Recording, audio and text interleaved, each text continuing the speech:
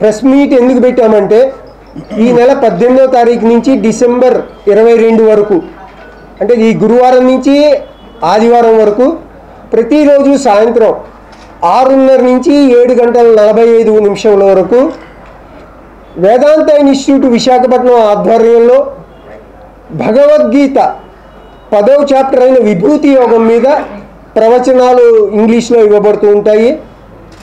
So దీనికి ఏం రిజిస్ట్రేషన్లు అవసరం లేదు, అందరూ ఉచితంగా రావచ్చు. శ్రీమతి సుశీలాజీ అంటే స్వామి పార్థసారథి గారి శిష్యురాలైన సుశీలాజీ గారు ఇంగ్లీష్లో ప్రతిరోజు ప్రవచనాలు ఇవ్వడం జరుగుతుంది.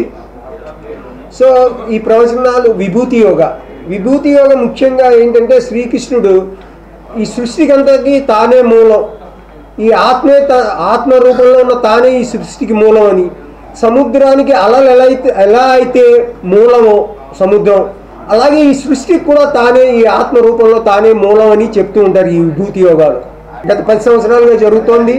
సో ఈ 10వ సంవత్సరం ఈ సంవత్సరం ఏంటంటే భగవద్గీత 10వ అధ్యాయం విభూతి యోగం మీద ఆవిడ ఇంగ్లీష్లో ప్రవచనాలు చెప్తారు. ఈ ప్రవచనాలకి రిజిస్ట్రేషన్ అంటూ ఏం లేదు, అందరికీ ఉచితం, ఎవరైనా రావచ్చు. ఈ ప్రెస్ మీట్ ద్వారా ఈ విశాఖ పుర ప్రజలందరికీ కూడా మేము విన్నవించుకునేది ఏంటంటే మీరు అందరూ వచ్చి ఈ జ్ఞానం, భగవద్గీత అన్నది ఒక మాన్యువల్ ఆఫ్ లైఫ్, అంతేగా భగవద్గీత ఒక జీవన విధానం చెప్తుంది. సో భగవద్గీత ఒక గ్రాంధిక గ్రంథంలో తయారు చేయడం వల్ల ఏంటంటే ప్రజలకు కొంచెం దూరం అయిపోయింది. అది ఒక మాన్యువల్ ఆఫ్ లైఫ్. ఎప్పుడైతే ఆ మాన్యువల్ ఆఫ్ లైఫ్ మనం తెలుసుకున్నాం, భగవద్గీత చెప్పేది ఏంటంటే జీవితాంతం మనం కర్మ చేయాలి, పని చేయాలి. Nobody can escape from work అని చెప్తుంది భగవద్గీత.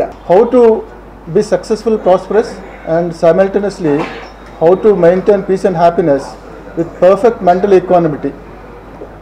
సో ది మెయిన్ ఈ భగవద్గీత ద్వారా మనం how to the way to success and happiness మనం తెలుసుకోవచ్చు.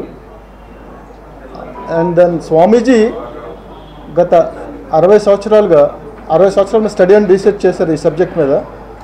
Then he established academy, Vedanta academy 1988లో ముంబై దగ్గర లోనావాలా దగ్గర మలవల్లి అనే ప్లేస్లో ఎస్టాబ్లిష్ చేశారు.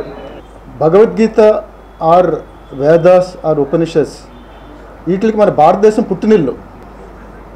బట్ జనరేషన్స్ టుగెదర్ దీని మీద అవగాహన పోయింది, దీని మీద టీచింగ్స్ పోయింది.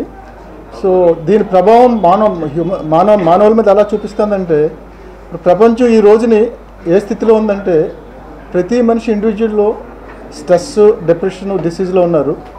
కలెక్టివ్గా there is vandalism, militancy and terrorism.